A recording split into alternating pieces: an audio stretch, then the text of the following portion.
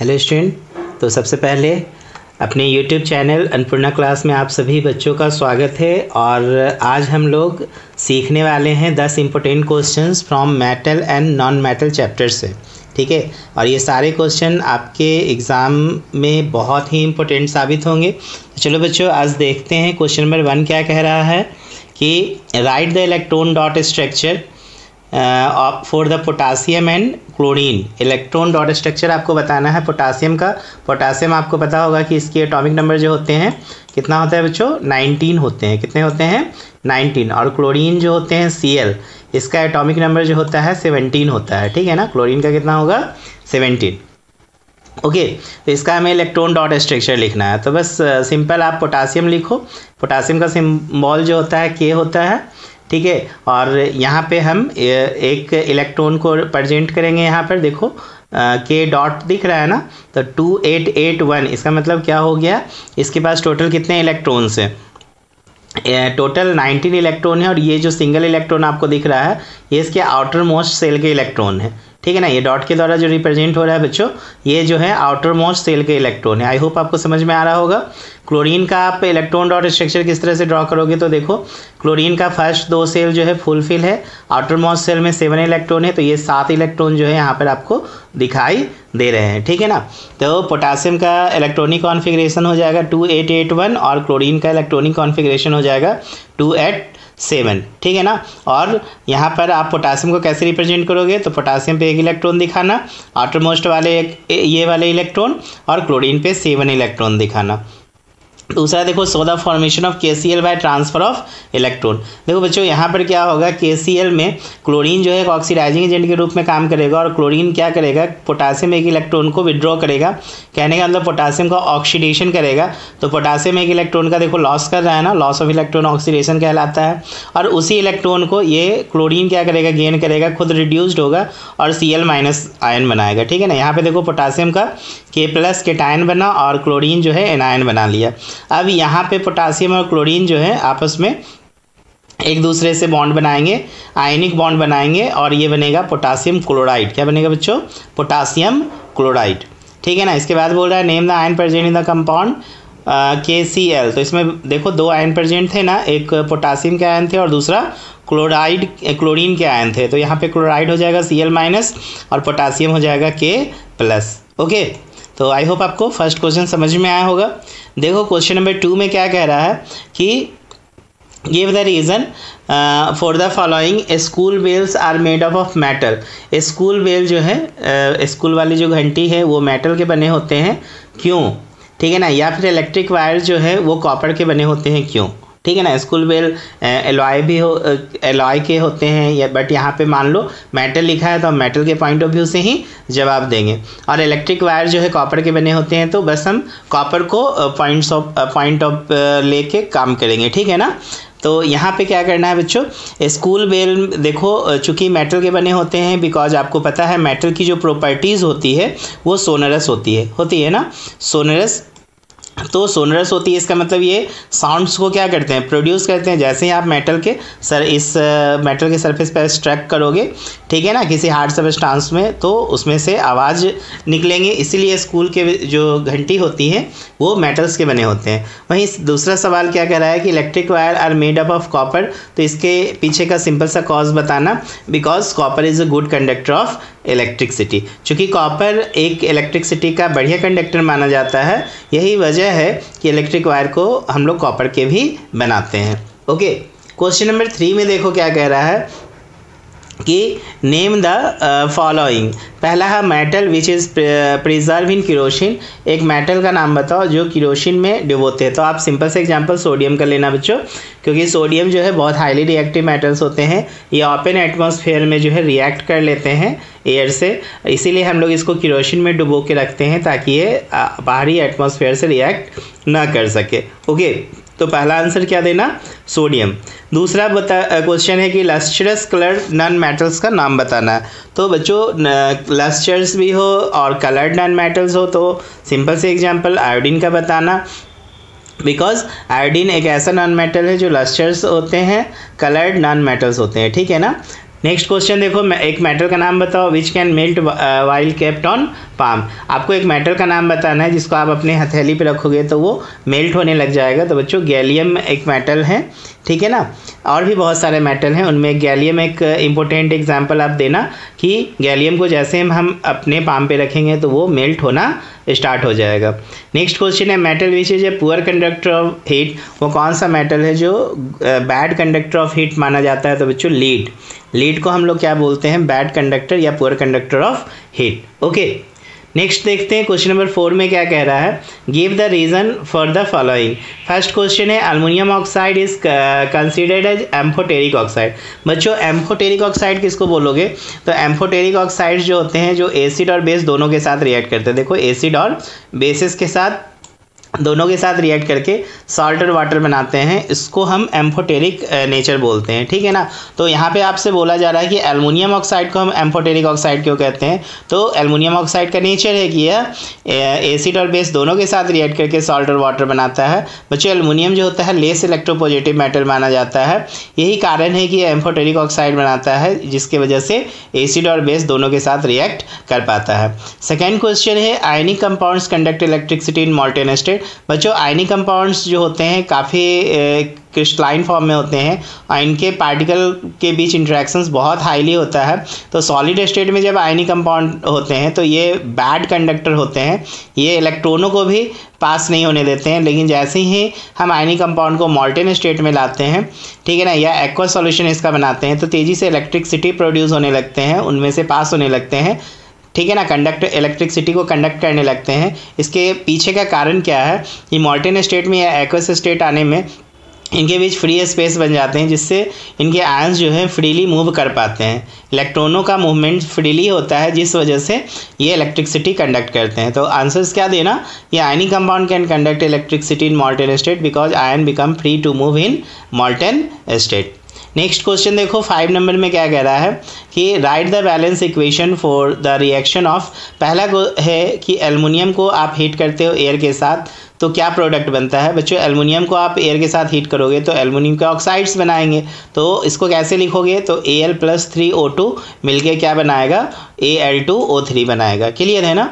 दूसरा देखो दूसरा बोल रहा है कि नेम द प्रोडक्ट, तो प्रोडक्ट एल्युमिनियम ऑक्साइड बना Al2O3। फिर बोल रहा है आयरन को स्टीम के साथ रिएक्ट करेंगे तो क्या बनेगा? जो बहुत ही इंपॉर्टेंट एग्जांपल है, आयरन को जब स्टीम के साथ आप रिएक्ट करोगे तो फेरोफेरिक ऑक्साइड बनाएगा जिसका फार्मूला होता है Fe3O4 होता है। क्या होता है बच्चों? Fe3O4, ठीक है ना। एक फेरस ऑक्साइड पढ़े होंगे आप, FeO, फेरिक ऑक्साइड पढ़े होंगे Fe2O3, और ये है फेरोफेरिक ऑक्साइड दैट इज Fe3O4। कब बनता है? जब आयरन स्टीम के साथ रिएक्ट करता है। नेक्स्ट है कैल्शियम को वाटर के साथ रिएक्ट करेंगे तो क्या बनेगा? तो बच्चों कैल्शियम वाटर के साथ रिएक्ट करके जो है कैल्शियम हाइड्रोक्साइड बनाता है। क्या बनाता है? Calcium hydroxide. अब यहाँ पे सवाल पूछ रहा है कि क्यों जो है कैल्शियम वाटर में फ्लोट करता है। तो कारण क्या होता है कि जब कैल्शियम वाटर के साथ रिएक्ट करता है तो कैल्शियम हाइड्रोक्साइड और हाइड्रोजन गैस बना, तो ये जो बबल्स होते हैं हाइड्रोजन के, ठीक है, bubbles of hydrogen stick to the surface of metal, जो मेटल के सरफेस पर क्या होते हैं? चिपक जाते हैं, जिसकी वजह से ये फ्लॉट करने लगते हैं, ठीक है। यही वजह है कि कैल्शियम जो है वाटर में फ्लॉट करता है, क्योंकि कैल्शियम है हाइड्रोजन के सरफेस से चिपक जाते हैं और चिपकने के बाद वो ऊपर में तैरने लगते हैं।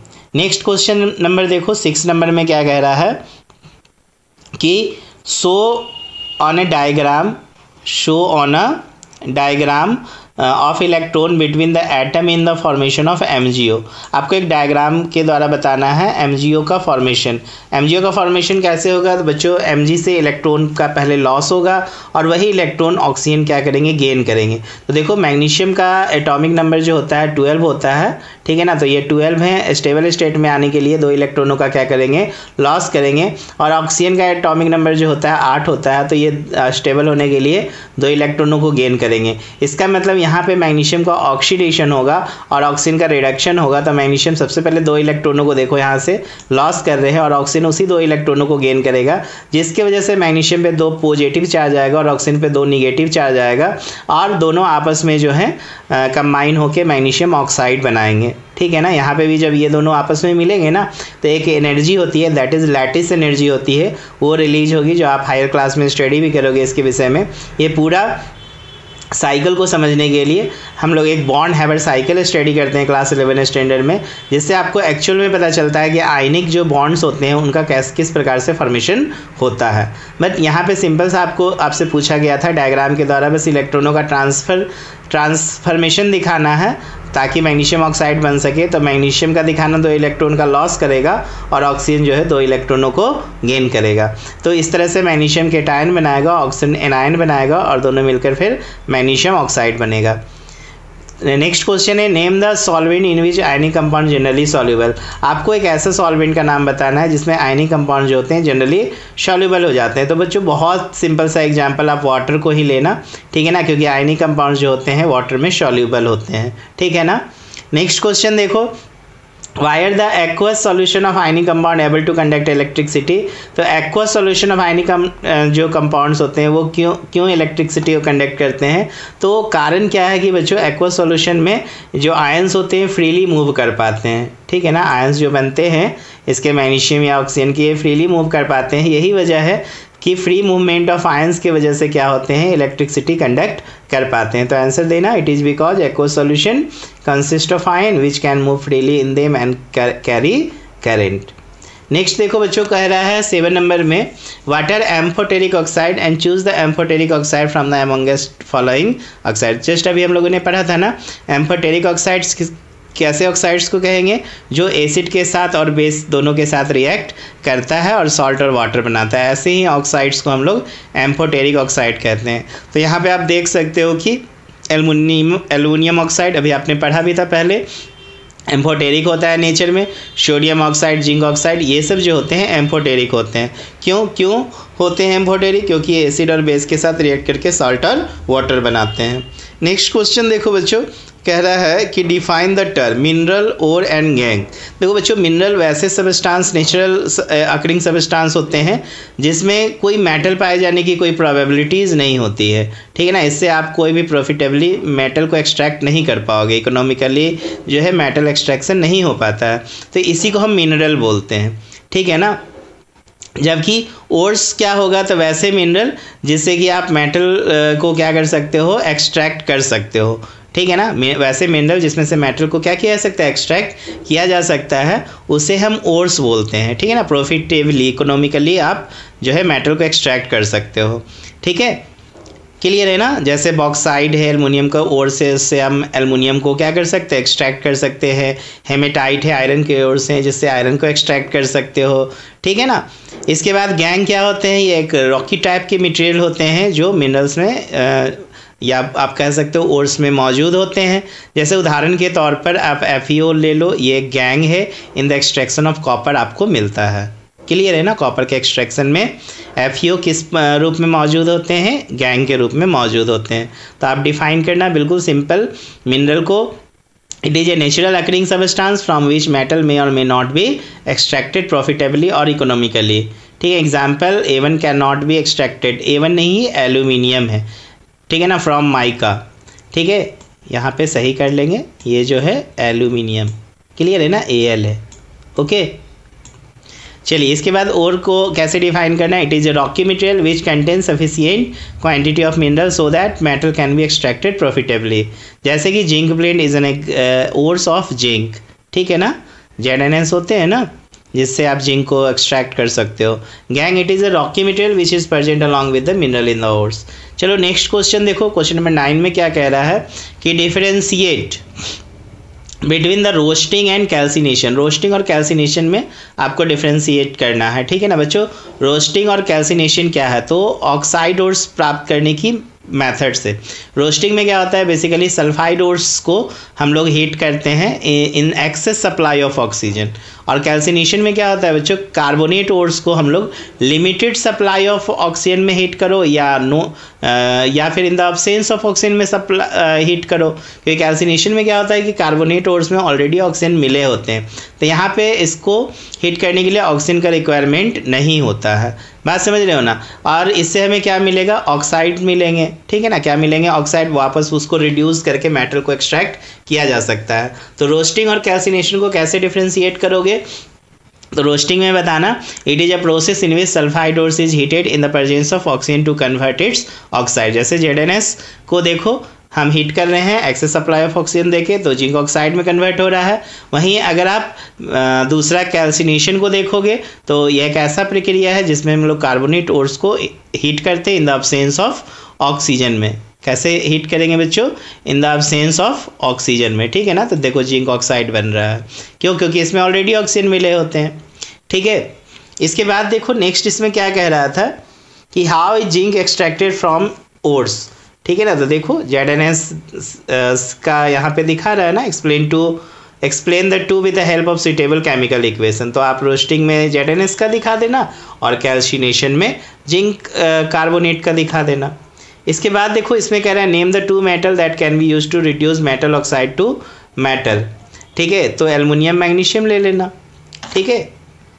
क्या, name two metal that can be use to reduce metal oxide to metal oxide से हमें मेटल बनाना है तो एल्युमिनियम का ऑक्साइड ले लेंगे, मैग्नीशियम का ऑक्साइड, एल्युमिनियम के ऑक्साइड से एल्युमिनियम बन जाएगा, मैग्नीशियम ऑक्साइड से मैग्नीशियम निकाल सकते हैं। क्लियर है ना, कोई दिक्कत।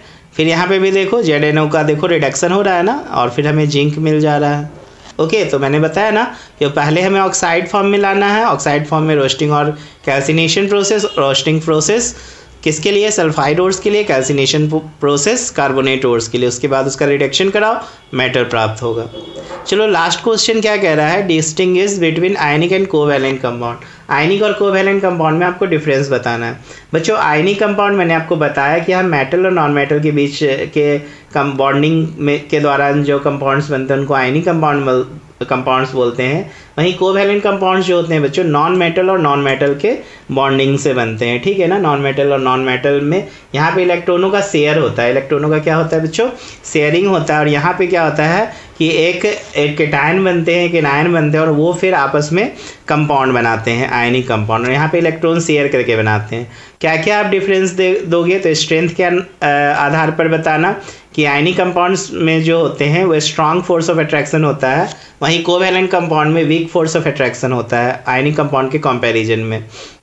आयनिक कंपाउंड वाटर में सॉल्युबल होते हैं जबकि कोवैलेंट कंपाउंड वाटर में इनसॉल्युबल होते हैं। आयनिक कंपाउंड जो है इलेक्ट्रिसिटी कंडक्ट करते हैं एक्वस सॉल्यूशन में, जबकि कोवैलेंट कंपाउंड जो है इलेक्ट्रिसिटी एक्वस सॉल्यूशन में कंडक्ट नहीं करते हैं। तो ये तीन काफ़ी इंपॉर्टेंट एग्जाम्पल है, अब जब आप दे सकते हो। इसके बाद देखो 10 क्वेश्चन कंप्लीट होता है इस चैप्टर से। तो आई थिंक आपको सारा सवाल अच्छे से समझ में आया होगा, और ये सब क्वेश्चन देखो एग्ज़ाम में बराबर पूछे जाते हैं। तो चलो मेहनत करो। Okay, thank you.